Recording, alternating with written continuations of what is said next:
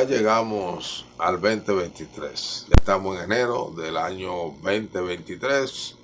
Esa línea divisoria imaginaria ya fue trazada el 31 de diciembre y todos sentimos que estamos arrancando de nuevo con planes y con proyectos. Y en medio de todo está el país, nuestra nación, que muchos, digamos todas las situaciones positivas y negativas continúan. Pero para fines prácticos, para fines metodológicos, para fines de trabajo hay una medición, digamos, hay un territorio temporal, por decirlo así, que es delimitado. Y estamos trabajando entonces con ese límite del tiempo en la República Dominicana que se llama el 23. Y hay un tema que permanece porque hay que comer todos los días, hay que pagar el agua, la luz, los servicios en general y también hay que ir al mercado y al supermercado y a las tiendas y a los colmados a comprar los alimentos para comerlos, etcétera.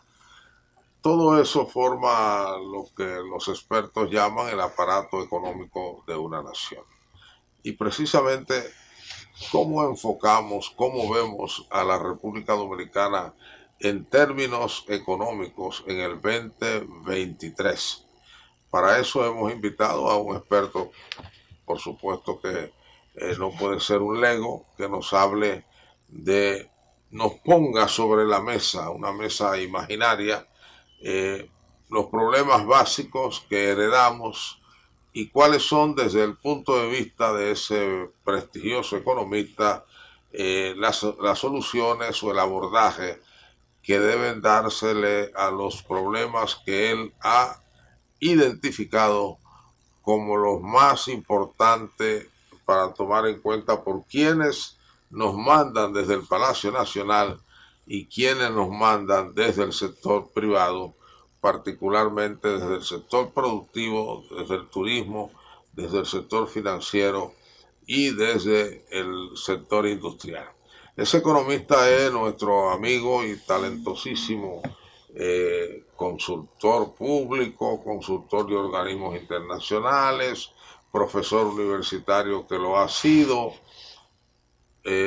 el segundo hombre en la Oficina Nacional de Presupuestos, que también lo ha sido, y un hombre de mucha presencia en los medios de comunicación por la calidad de sus opiniones y por sus travesuras estadísticas que le permiten a uno a veces ver lo que uno no quiere ver porque son datos, informaciones que, como yo digo en sentido figurado, le levantan la falda al gobierno.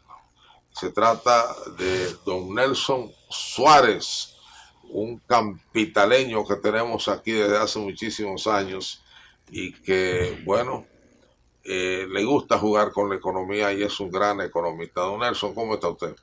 Bueno, estamos bien, iniciando este nuevo Más año. rejuvenecido. Bueno, uno siempre tiene que rejuvenecer. Usted sabe que, como usted decía, ese ciclo gregoriano Así mismo. que se cierra cada 31 de diciembre, bueno, pues de alguna manera uno siente y se empieza a cuestionar, bueno, ¿qué he hecho? ¿Dónde estoy? ¿Para dónde voy? Y yo creo que siempre es bueno tener algún tipo de optimismo, de saber que, bueno, siempre se pueden hacer cosas mejores que las que hemos hecho. Permítame ir a una pausa de introducción para venir a entrar de lleno en la conversación.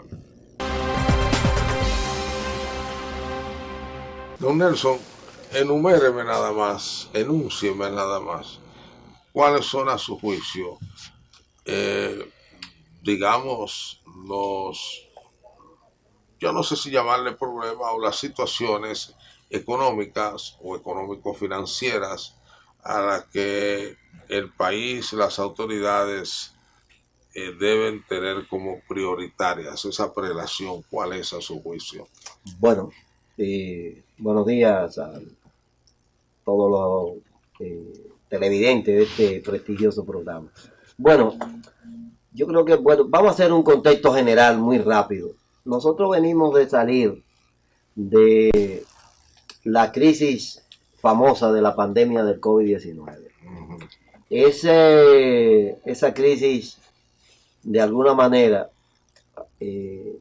permitió que se rompieran prácticamente todas las reglas fiscales. ¿Esto qué significa? El gobierno, o los gobiernos prácticamente en toda parte del mundo, tuvieron que asumir la responsabilidad de enfrentar el efecto recesivo que tuvo la pandemia.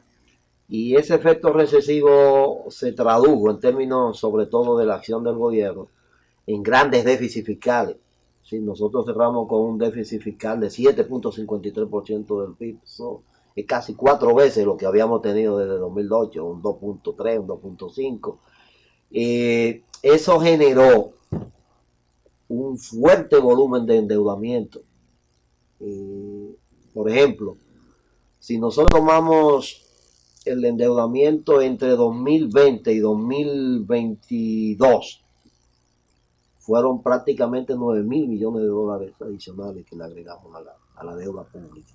O sea, una magnitud extraordinaria. Para nosotros. Sí, entonces,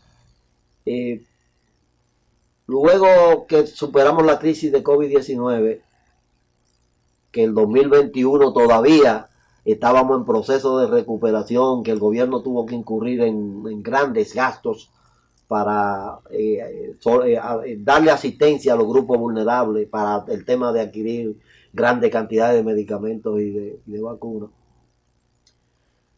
Termina el 2021 con una relativa recuperación, después que tuvimos una economía que cayó 12 puntos y tanto por ciento en el 2020. Nos recuperamos un 6.3%. Todavía nos faltaba algo para recuperar lo que teníamos en el 2019. Entonces, hemos tenido como resultado de la pandemia y de algunas otras cosas adicionales, porque de hecho ya hay quienes están diciendo, bueno, pero vamos a dejar de echarle toda la culpa de los problemas actuales a la pandemia. Entonces, cuando teníamos esa recuperación, obviamente, cuyos principales causantes fueron los temas de la COVID-19. Hay que decir que era una política prácticamente dictada por los grandes organismos. Sí, no, y fue bueno, Banco Mundial y Fondo Monetario Internacional. Sí, que tuvieron de hecho que cambiar los enfoques que tradicionalmente habían tenido de restricción del gasto público. Ustedes le llaman política anticíclica, ¿no? Anticíclica, y era realmente lo que había que hacer. No había ningún gobierno pudo hacer lo contrario. Entonces, ¿qué pasa? 2021 tenemos una relativa recuperación y cuando se supone que en el 2022 vamos de nuevo a relanzar la economía del mundo y la economía dominicana, tenemos a principios de año el conflicto ruso-ucraniano. Me preguntaba un amigo común, periodista de larga data, don Gustavo Olivo. Entiéndase viejo, ¿no?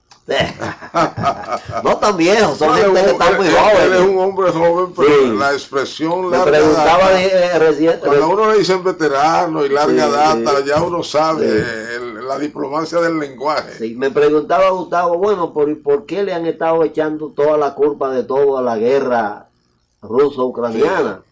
Entonces, en ese momento yo decía, bueno, obviamente tienen un gran peso a nivel de lo que es el comercio internacional. Lo que pasa es que no lo sabíamos. O sea, Rusia es el segundo productor, el tercer productor de petróleo después de Arabia Saudita y Estados Unidos. Y Rusia provee... Y probablemente el primer suplidor de Europa. Ajá, bueno, le vende el 50% del gas que usan prácticamente todas las economías de la Unión Europea.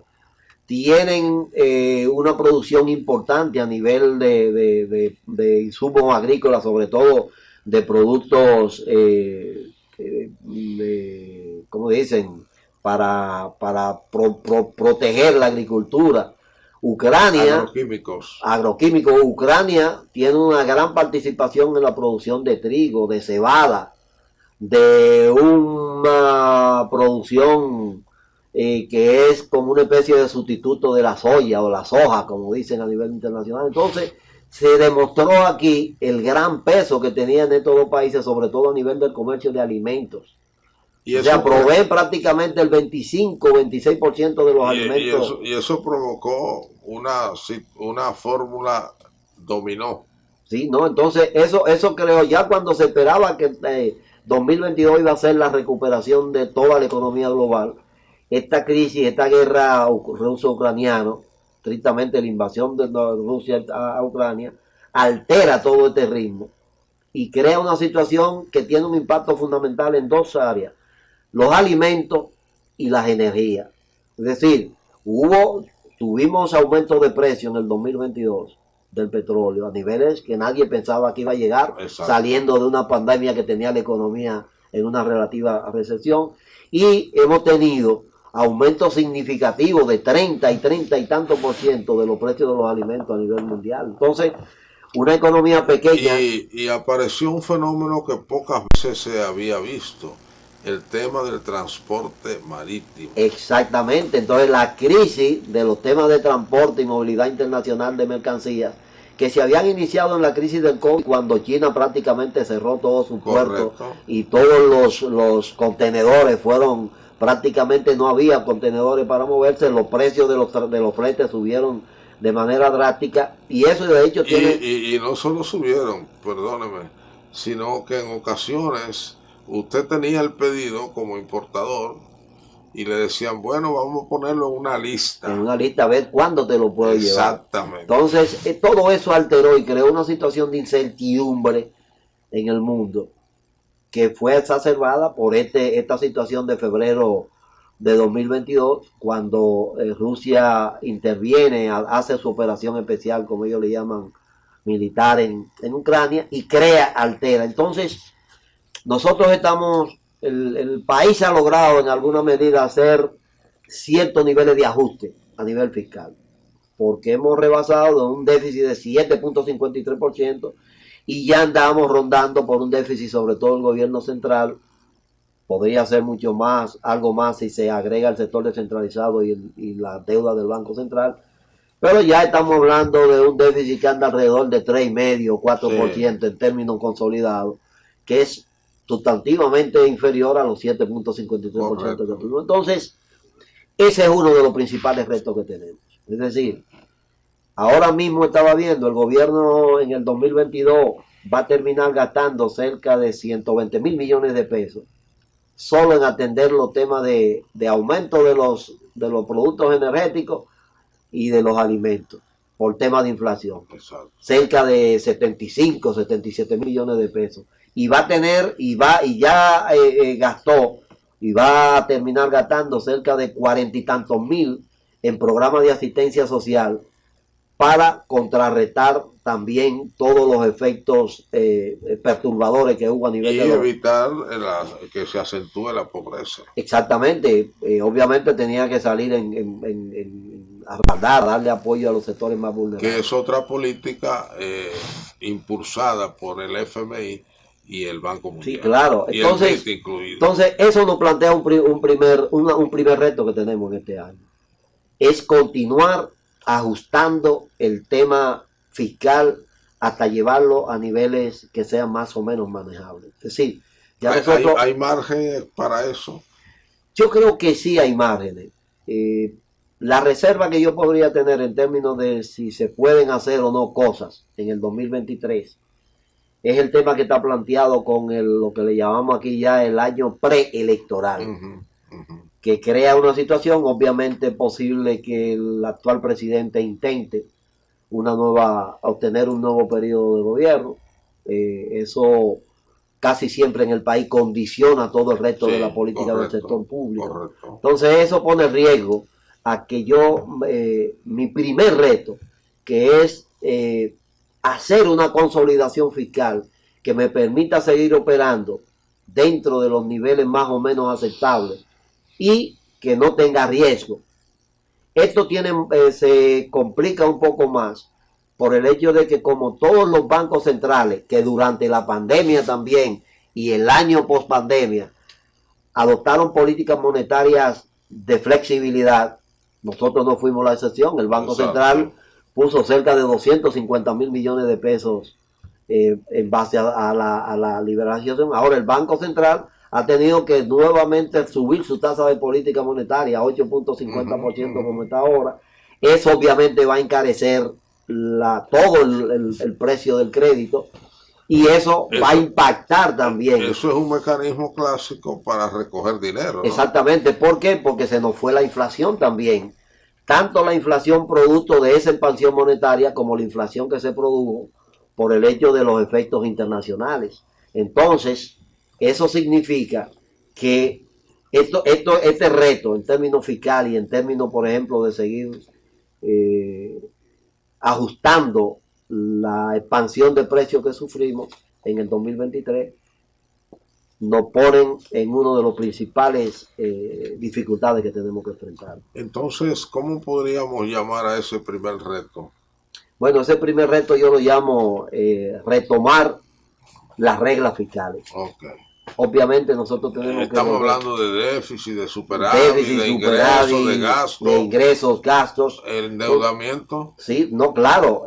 Obviamente la resultante del déficit de ingresos-gastos, que es el déficit o el superávit, sí, es lo que me lleva a los niveles de deuda. Correcto. Sí, prácticamente todo lo que es déficit se convierte normalmente en deuda. Porque tengo que buscar la forma de cómo financiarlo. Los ingresos y los gastos más que los ingresos, tengo que suplir ese hoyo, como dicen ustedes. Sí, ¿no? Sí, esa brecha fiscal sí, voy a tener que cubrirla buscando financiamiento. Y es posible que ese financiamiento pueda ser un poco más caro que lo que había estado obteniendo anteriormente. Porque obviamente... Ustedes lo que saben, dicen que cuando hay poco dinero para prestar o uno tiene muchos apuros, sí, obviamente le miran la cara de hombre apurado y le prestan a más caro, ¿no? Sí, no, ley de oferta y demanda. Como el Banco Central, al igual que todos los bancos centrales, ha adoptado una política de recoger la expansión fiscal la expansión monetaria que se produjo en 2023, en 2022, obviamente eso va a encarecer el costo, ya lo está encareciendo. Sí. Hubo gente que estaba cogiendo préstamos hipotecarios a 11% y hoy lo tenemos a 13%. No, y hay personas que, por ejemplo, pagaban una casa mensual a una asociación de ahorros y préstamos, vamos a decir, pagaba 30,000 pesos y se le subió a 32. Exactamente, entonces esos ajustes. 2,000 cañas más. Un tema importante que también sé que posiblemente va a continuar siendo importante como reto, es el tema de la inflación. O sea, nosotros llevamos inflación de 9.58% en un momento. Ahora esa inflación se ha situado a septiembre, a noviembre en 7.50 y tanto %. Ahora, ¿qué pasa?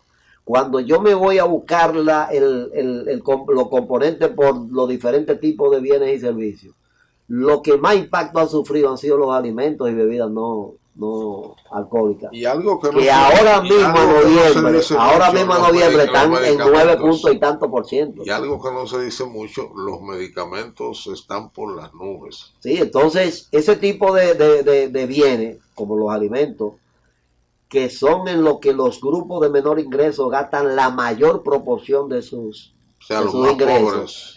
Son los que están afectando. Entonces a veces yo veo la cuenta que publica el Banco Central, sobre todo en los medios pagados para un poco hacer su publicidad, donde me dice, bueno, bajamos de abril aquí a septiembre 0.47, pero no me dicen que los alimentos y bebidas están en 9 y tanto % a noviembre. Entonces, eso es 2 veces y pico la meta de 4% que el banco se fija.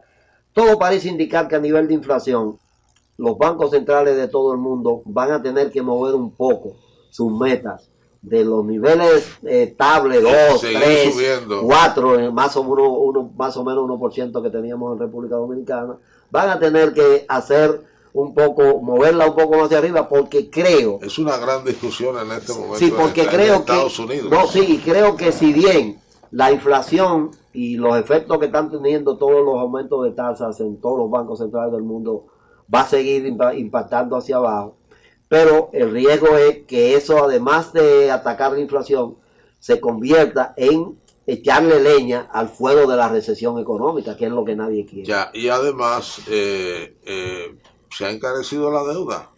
Ya obviamente. todos los países amanecimos debiendo muchísimo más. Claro, porque es posible que la tasa promedio de interés que estemos pagando por nuestro saldo de Exacto. deuda sean algo más que los márgenes en los temas de deuda soberana, sobre todo los márgenes con relación a la tasa de referencia, que es la del mercado norteamericano, van obviamente a moverse hacia arriba porque todo el mundo eso es lo que está haciendo. Entonces, ese reto, el tema fiscal, el tema inflacionario va a seguir como un problema que hay que enfrentar en el 2026. Vamos a venir identificando otros de esos retos después de esta pausa comercial.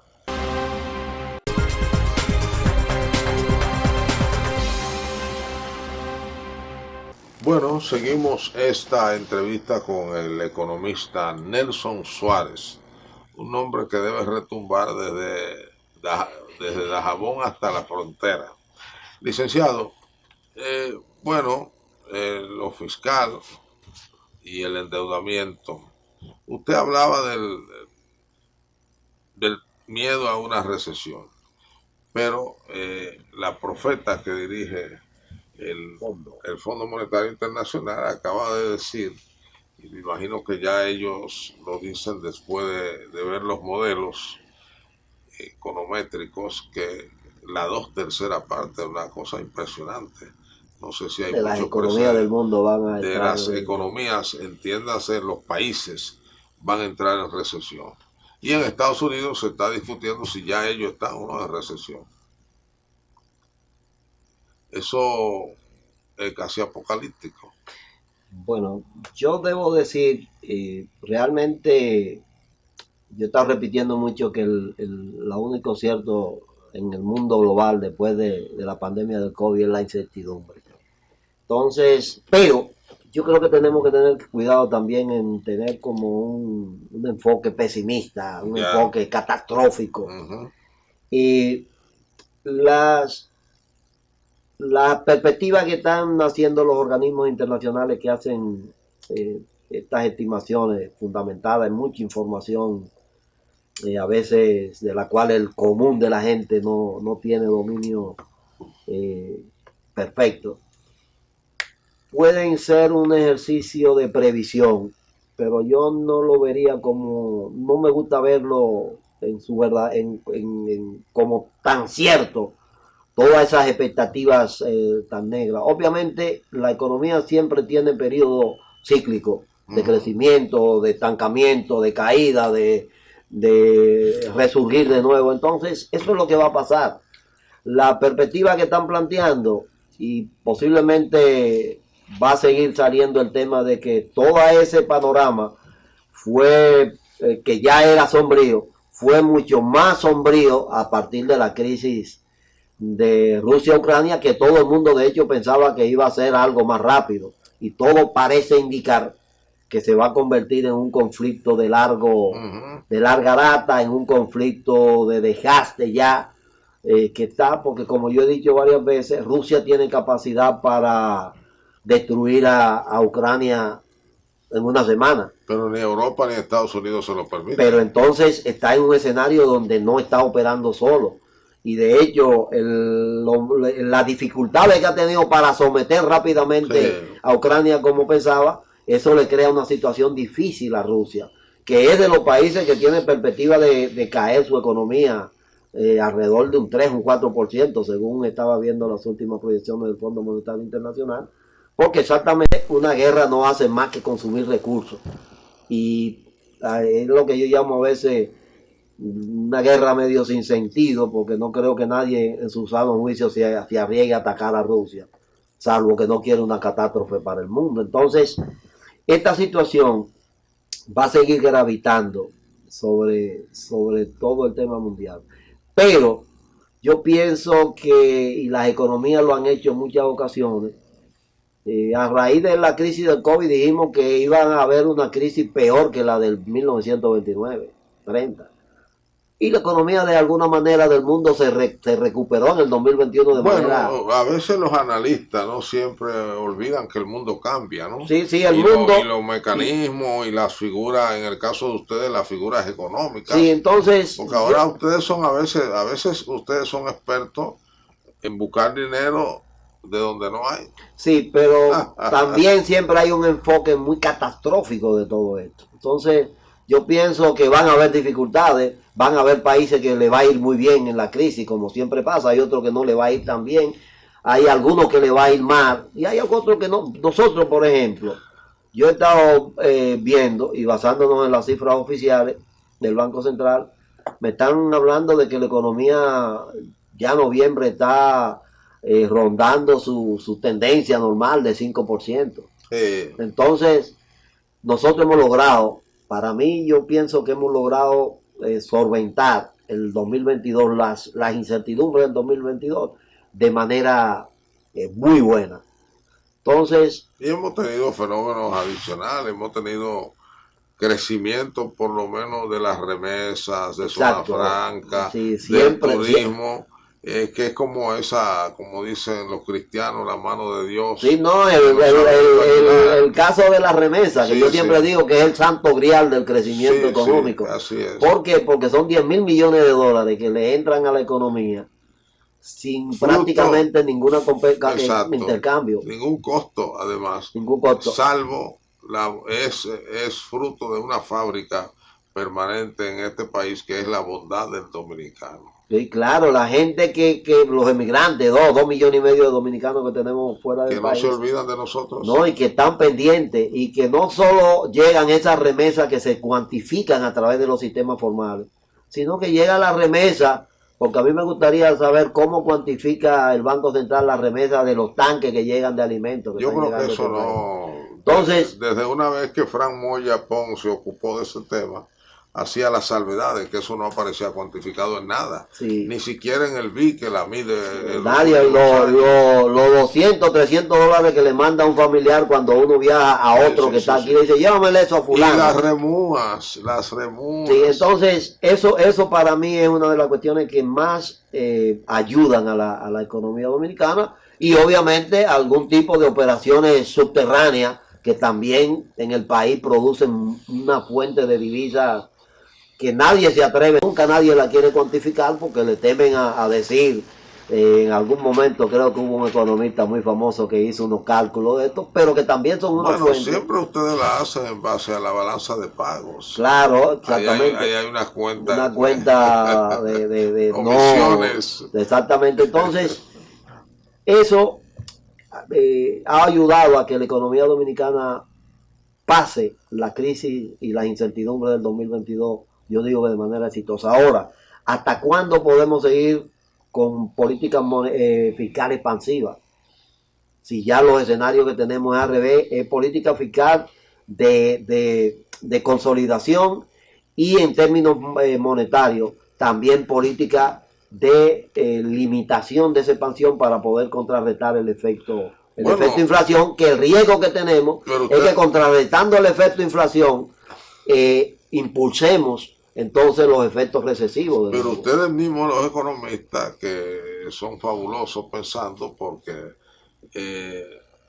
se cantan y se lloran al mismo tiempo, suelen decir que las restricciones no provocan desarrollo. No, obviamente. Y eso casi es una doctrina. Sí, no, es que las restricciones, porque cuando entonces se crea un círculo y usted no sale del mismo lugar. Exactamente, cuando tú restringes la economía, su característica fundamental es el crecimiento. Y una cosa, que es también otro tema que tenemos que ponerle atención en este año, es el tema de que tenemos un crecimiento que no se expresa en bienestar para grandes grupos, sino que sigue siendo un crecimiento que se queda muy restringido en grupos muy limitados de la población, y seguimos creando inequidad, creando grupos con muy buena capacidad adquisitiva y otros grupos, por ejemplo. Esta ha sido una economía que mientras más crece, más inequidad. El tema de los salarios, es decir, ante los efectos inflacionarios abiertos que hemos tenido, todavía aquí no hemos adoptado una política de ajuste de los salarios. Los salarios siguen siendo por un tercio de la canasta básica que el Banco Central establece para los diferentes Están en una niveles. negociación que se podría llamar underground, empresarios, gobiernos y sindicatos. Desde finales del año pasado el presidente ha prometido una mejoría salarial y están fajados en eso. Sí, entonces aquí viene el tema de esa dinámica, porque también te dicen, bueno, hay que ser cuidadoso con el tema de los ajustes salariales porque podrían crearse... Es el gran argumento empresarial, Sí. no, Ajá, no se lo alimente usted. Pero no es así, porque los datos de productividad que se dan aquí te están hablando de niveles de productividad que no son correlativos con los niveles salariales. Entonces yo creo que ese es un tema también que hay que plantear. Y Bueno, cuando usted siempre ha dicho, y lo acaba de mencionar, que hay una economía underground que ayuda mucho. claro, aparte de esa tenemos una economía informal de más de la mitad de la economía. Yo estaba viendo los datos de empleo. Ustedes suelen verlo como un problema, pero pareciera que para la economía es una bendición. En términos estrictos, a veces, de hecho, yo vi a alguien ahora en estos días que decía, bueno, es que esa economía informal que no paga impuestos. Y yo dije, bueno, es una gran equivocación. Sí. La economía informal sí paga impuestos. Lo único que no paga es el impuesto sobre la renta. Sí, exactamente, pero cuando tú tienes una venta de repuestos, que tú tienes un negocio que tú no lo has declarado en la renta, los repuestos que tú compras fueron importados, pagaron el ITEVI, pagaron un arancel y yo le estoy pagando. Ahora lo que no estoy haciendo es declarando lo que yo estoy vendiendo. Y no pago renta. Pero en algún punto esa economía informal se paga también impuestos. Entonces, esos temas hay que enfrentarlos, los temas institucionales. Y eso va a seguir creciendo porque hace tiempo que ya sabemos que la economía informal permite más ingresos que el empleo público y privado. Claro, aquí tenemos 2.2 millones de empleos formales, que son los que se registran a través de la seguridad social. Pero también esos empleos formales de la seguridad social esconden realidades que a veces nadie la quiere poner.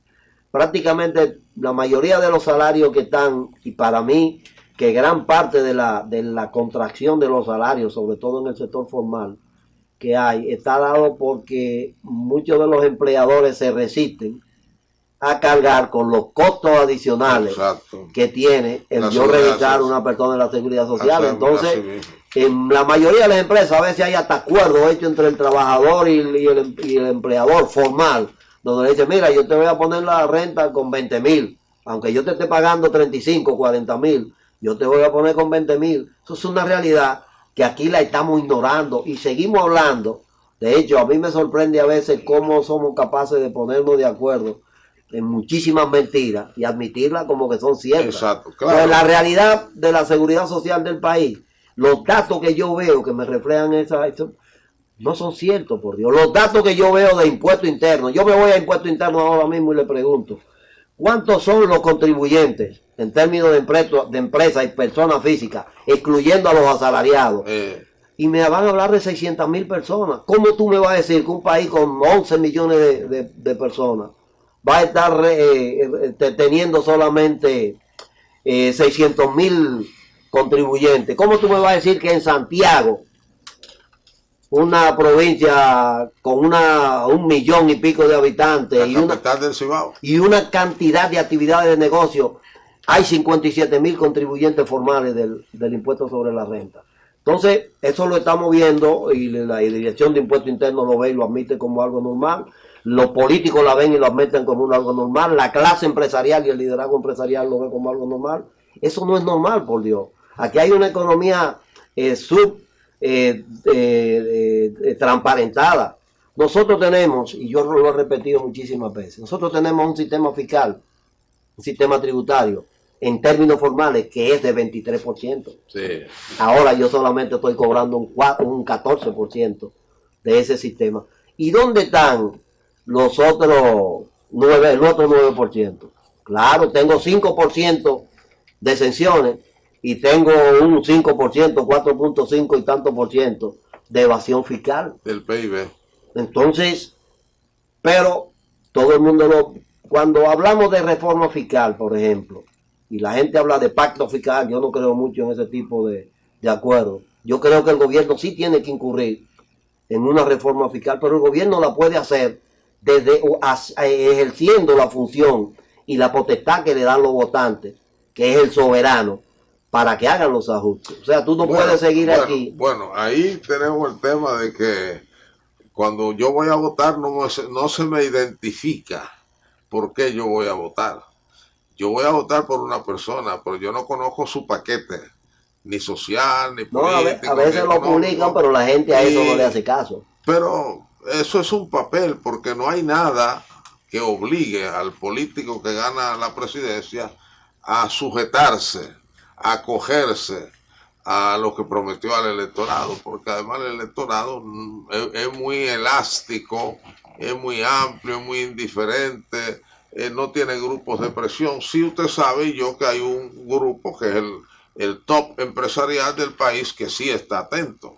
Claro. Por ejemplo, Lula nunca le dijo al pueblo brasileño que iba a decretar, a eliminar 10 decretos antidemocráticos al día siguiente de juramentarse. Claro, uno lo apoya porque es positivo. Sí, pero... Entonces, ahí es donde yo digo que los gobiernos tienen que recurrir a ejercer las funciones para el cual el pueblo los elige.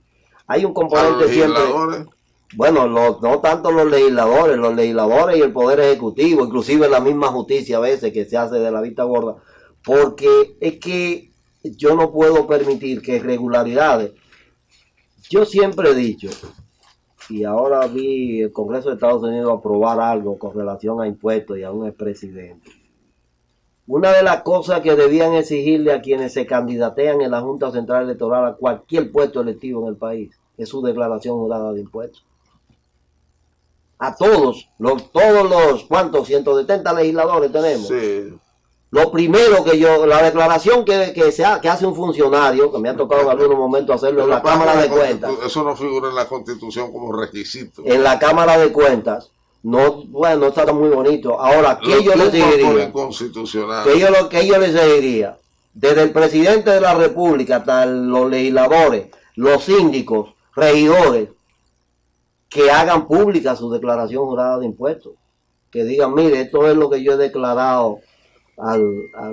Yo me acuerdo en un momento haber visto una declaración jurada de impuestos de una persona muy de nombre muy importante en el país, y cuando vi la que yo estaba haciendo, digo, ¿cómo va a ser que este tipo casi esté declarando lo mismo que yo estoy declarando? Un pasahambre como yo, y este sujeto está declarando eso. ¿Por qué? Pues el mismo Código Tributario te dice que tú no puedes hacer pública la declaración. Ajá. Entonces no puedo hacerla pública y sí puedo hacer ostentación de riqueza, y nadie entonces me puede a mí la opacidad que le conviene a todo el que no lo quiere hacer bien. Vamos a un segmento comercial o al penúltimo para venir entonces al último tramo de esta interesante entrevista con el licenciado Nelson Suárez, economista de los del número del distrito.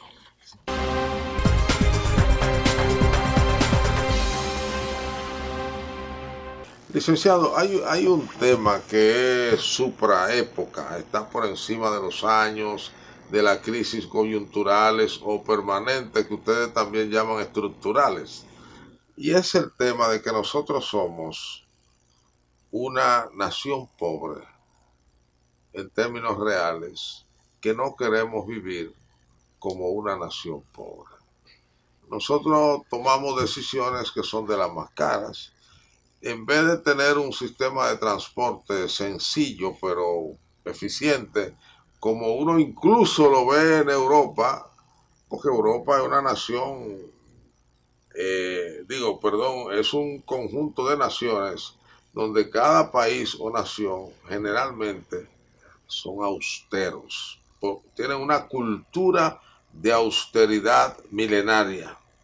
Nosotros pertenecemos a la cultura del derroche. Los carros más lujosos, las residencias más lujosas, viajamos mucho al exterior y no es que nos convirtamos en ermitaños ni nada, pero siempre he pensado que eso debe presionar mucho las finanzas de nuestra economía, no solo la economía del sector público, sino también la del sector privado, porque los sueldos de aquí, por ejemplo, ahora siempre han estado por debajo del costo de la vida, pero ahora son casi un 50%. Y eso es porque el patrón necesita una rentabilidad alta para él y toda su tribu tener una vida que mucha gente la ha comparado con los jeques árabes. Eso no presiona. Bueno, yo sé que es un tema, ¿verdad? Sí, nosotros, ahí la gente recurre a la libertad. Sí, no, nosotros como sociedad somos, nos gusta mucho el efecto de demostración, como dicen en economía. Así mismo. Y a veces yo veo personas, nos relacionados, que viven, por ejemplo, en una casa alquilada, pero cuando veo la casa, la familia, tienen 3 o 4 vehículos que valen 6, 7 millones de pesos juntos todos. Y a veces yo digo, bueno, pero ¿por qué no se pusieron, compraron? No, porque ese efecto de demostración, de a veces yo querer mostrar más de lo que soy, está muy metido en la cabeza. De hecho, a nivel, si nos vemos a nivel de sociedad, si nos vemos a nivel político y del gobierno y del Estado, también se da esta manifestación de los gobiernos. Normalmente están muy interesados en obras y en cuestiones faraónicas que pueden ser necesarias, pero a veces no son prioritarias. Entonces yo decido invertir. Y pueden hacerse más modestas. Más modestas y distribuir mejor inclusive el presupuesto, porque tenemos muchas prioridades, tenemos muchas cuestiones, mucha deuda histórica, social. Sí. Y entonces eso no da mucha gracia.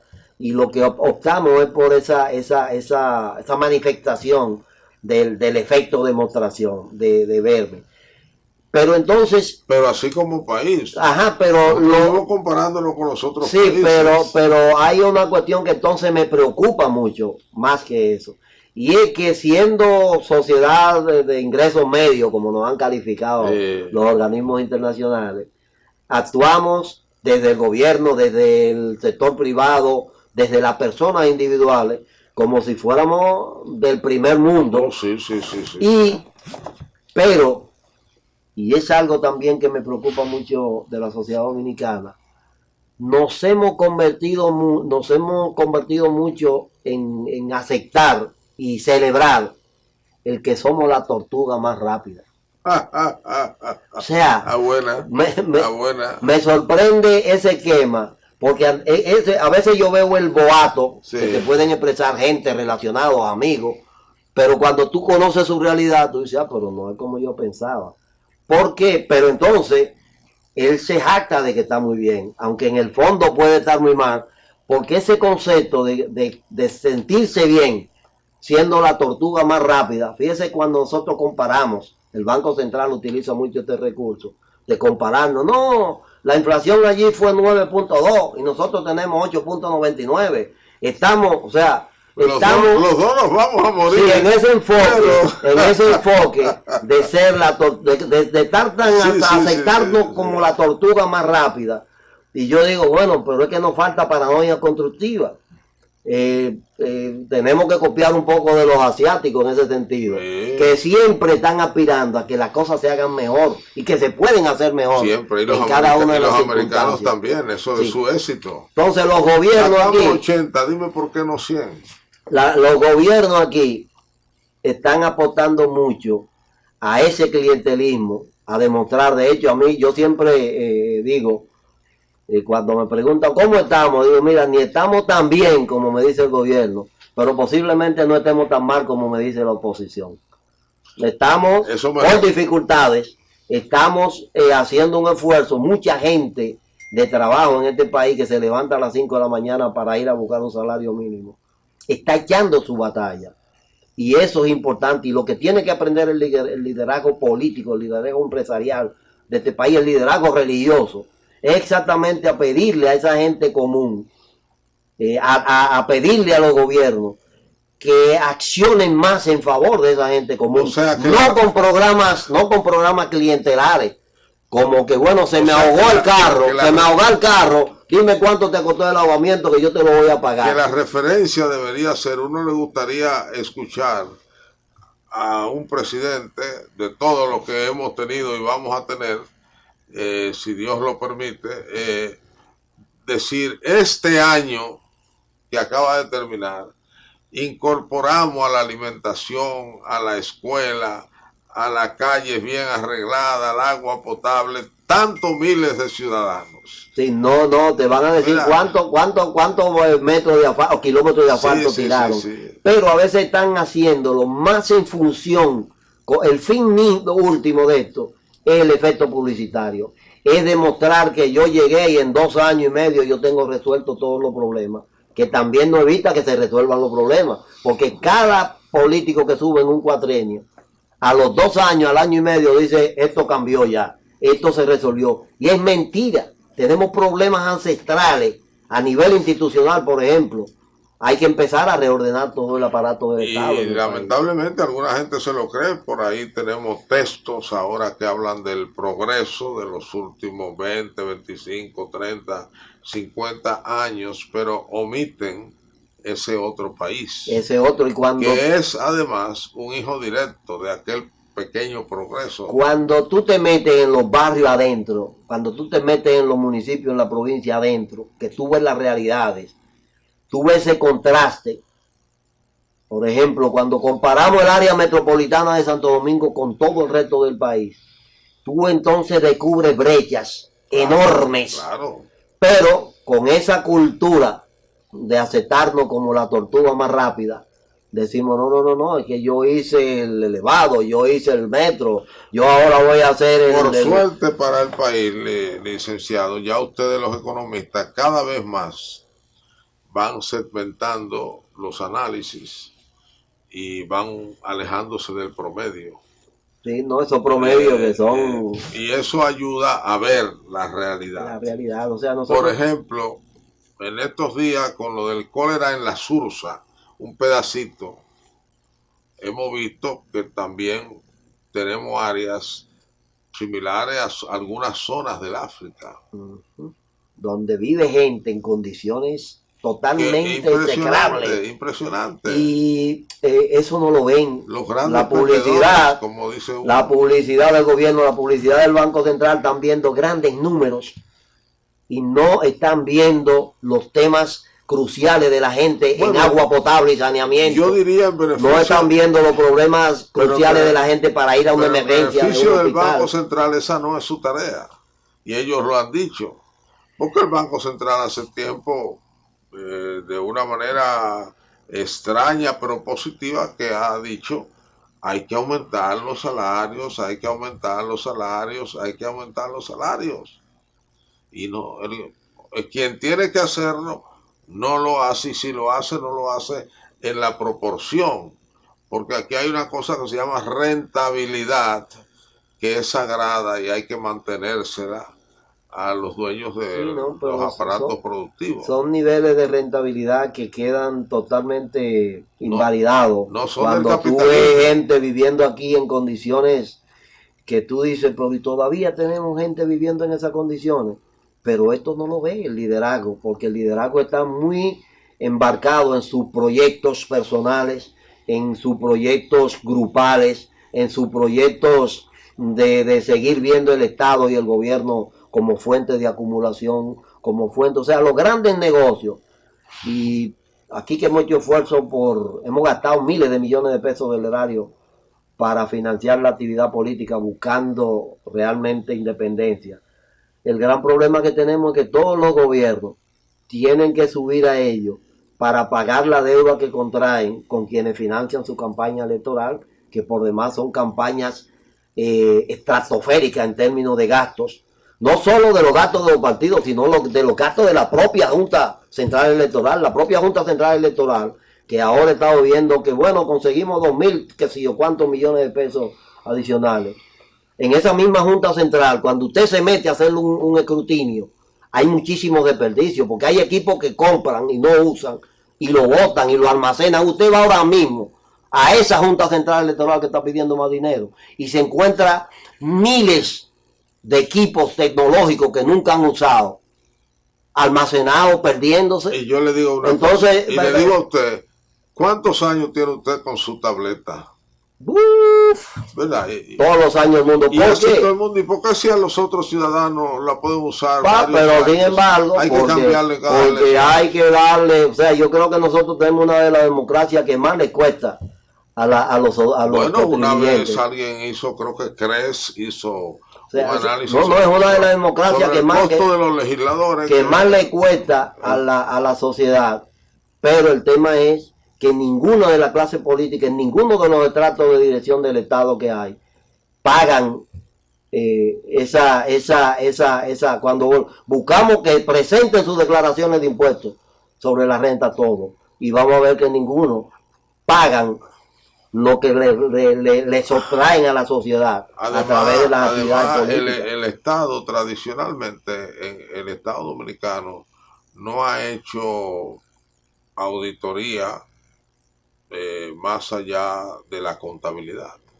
Sí, no tenemos. Usted no va a las obras y le hace una auditoría a esa obra y ve su utilidad, su eficiencia, si era necesaria esa obra o de ese tipo, si en vez de un hierro usted pudo haber puesto una caoba. Ahora, exactamente, ahora no tenemos, esas son de las cosas que tenemos que fortalecer.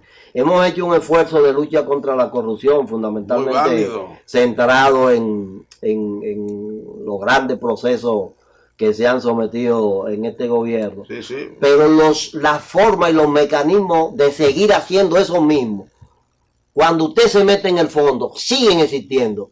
¿Por qué? Porque nos quedamos con el efecto publicitario, pero seguimos reproduciendo el mismo mecanismo, seguimos asignándole obras y puestos en el gobierno a gente no se llega ahí. No se llega a la esencia del problema. ¿Por qué? Porque los que van al Estado, los que van al gobierno, la mayoría de la gente en este país que va al Estado o a un puesto público, su propósito y su fin último es resolver su problema, como se dice. Y de hecho, a los que van y salen igual que como entraron o peor, lo estigmatizan con una expresión muy clásica de los dominicanos. ¿Por qué? Porque la mayoría lo quiere a buscar. Porque la mayoría de la gente que está que va al Estado, sobre todo en los puestos medios y altos, van a resolver problemas de los gastos que tuvieron en la campaña para promover. También los pequeños presionan para eso. O sea, bueno, los pequeños tienen todos los programas sociales, clientelares. Esta es una sociedad donde lamentablemente el tema de la corrupción es cultural, aunque algunos amigos antropólogos lo niegan. Entonces, usted ve el más pequeño de los dominicanos, en humildad, en sencillez, en pobreza, en ausencia casi de estudio, que él también está esperando una oportunidad. Sí, no, hay gente hay gente que he oído que votan. O sea, porque no un tío, porque aquí yo he oído gente que dicen que votan por un candidato, porque un tío del hermano de un primo de él le dijo que si ese gana, a él lo van a poner y le ofreció un puesto a él. O sea, hay gente que vota en función de eso. ¿Por qué? Porque hemos creado un esquema clientelar. Sí. Tenemos ahora mismo 2,5 millones de dominicanos que de una u otra forma reciben algún tipo de asistencia que podría ser lógica. Ese es otro de los temas que yo creo que hay que plantear desde el gobierno y desde el Estado. O sea, tú tienes que reestructurar todo el esquema de asistencia social que hay en el país para que no lo convierta en un mecanismo de publicidad, en un mecanismo que cada gobierno que sube y cada partido que sube lo que hace es utilizarlo para crear adeptos. Entonces tenemos que buscar, yo prefiero que Papín tenga asistencia en una emergencia cuando llega, bien, buena, que tengan los medicamentos y que no le den los 1.500 pesos que le dan por tu Navidad o por tu qué sé yo qué, porque al final, buena educación, agua potable, que tenga agua potable y saneamiento en calidad y cantidad adecuada, pero lamentablemente ese discurso es un discurso quijotesco en el ámbito del liderazgo político nacional, de todos los partidos y de todos los colores, que es lo lamentable a veces. Licenciado, muchas gracias por primero sus análisis y después por su exhortación a que la gente veamos lo que debemos ver para saber qué es lo que hay que cambiar y en qué sentido hay que cambiarlo. De mi parte yo debo agradecerle su benevolencia en permitirme comunicarme y decir todas estas cosas. Uno piensa que cuando hay algunos cambios en América Latina, incluyendo aquí, porque aquí hay áreas donde hemos tenido cambios, ¿cómo no? Uno piensa que hay esperanza. Lo que necesitamos son políticos que asuman el poder, sabiendo primero que la riqueza no te lleva a ningún sitio y no te añade un céntimo, nada a tu estatura, nada. Y que la mejor gloria de un buen político debería ser que su pueblo le agradezca que su vida, su entorno se transformó.